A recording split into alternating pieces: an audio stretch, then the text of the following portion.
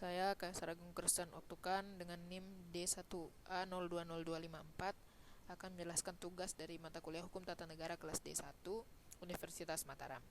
Tugas kali ini akan membahas berkaitan dengan teori Jean Bodin terkait kedaulatan yang dikonfrontir dengan kondisi di Indonesia saat ini, di mana kondisi di Indonesia saat ini masih terdapat beberapa kesultanan seperti yang dicontohkan oleh Pak Joni selaku dosen mata kuliah Hukum Tata Negara kelas D1, yaitu pada pernikahan salah satu artis di Indonesia yaitu Happy Salma.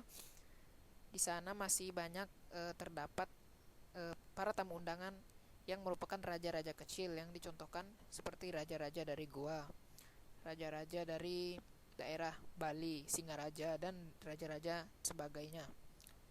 Hal ini merupakan sangat bertentangan dengan teori Jean Bodin terkait dengan kedaulatan, di mana teori dari Jean Bodin ini menjelaskan ada 4 poin penting mengenai kedaulatan yang harus dimiliki oleh sebuah negara yang dikatakan kedaulatan, yang berdaulat. Artinya ada 4 poin, yaitu yang pertama adalah permanen, yaitu tetap ada selama negara itu masih berdiri. Yang kedua, asli, artinya kedaulatan itu tidak berasal dari kekuasaan lain. Yang ketiga ada bulat, yaitu satu-satunya kekuasaan yang tertinggi dan tidak terbatas. Kedaulatan itu tentunya tidak terbatas dan tidak memiliki saingan. Artinya apabila kedaulatan itu memiliki saingan, bahwa dia sedang tidak berdaulat. Inilah yang merupakan teori dari Jean Bodin. Di sini yang saya tangkap adalah teori Jean Bodin mengatakan bahwasannya di dalam sebuah kedaulatan negara tidak boleh ada pemerintahan di dalam sebuah negara atau kesultanan yang berada di dalam negara itu.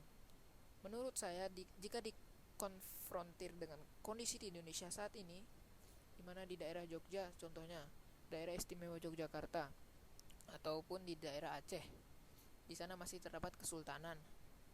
Menurut saya, Indonesia pada dasarnya adalah negara kesatuan, dan kesultanan-kesultanan atau daerah istimewa yang berada di Indonesia ini tetap tunduk kepada pusat pemerintahan yang ada di Indonesia.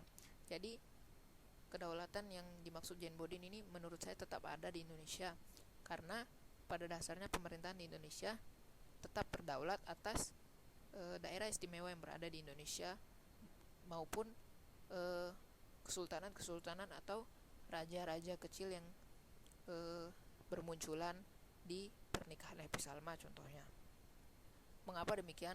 Karena pada dasarnya mereka orang-orang yang memiliki garis keturunan raja akan tetap menganggap bahwa mereka itu adalah garis raja. Jadi menurut saya itu sah-sah saja apabila mereka menganggap bahwa mereka itu raja, tetapi selama mereka masih tunduk dalam satu pemerintahan di Indonesia dan tidak membuat aturan sendiri atau tidak menentang pemerintahan yang berdaulat, maka menurut saya kedaulatan di Indonesia masih tetap terjaga. Itu yang menjadi pendapat saya.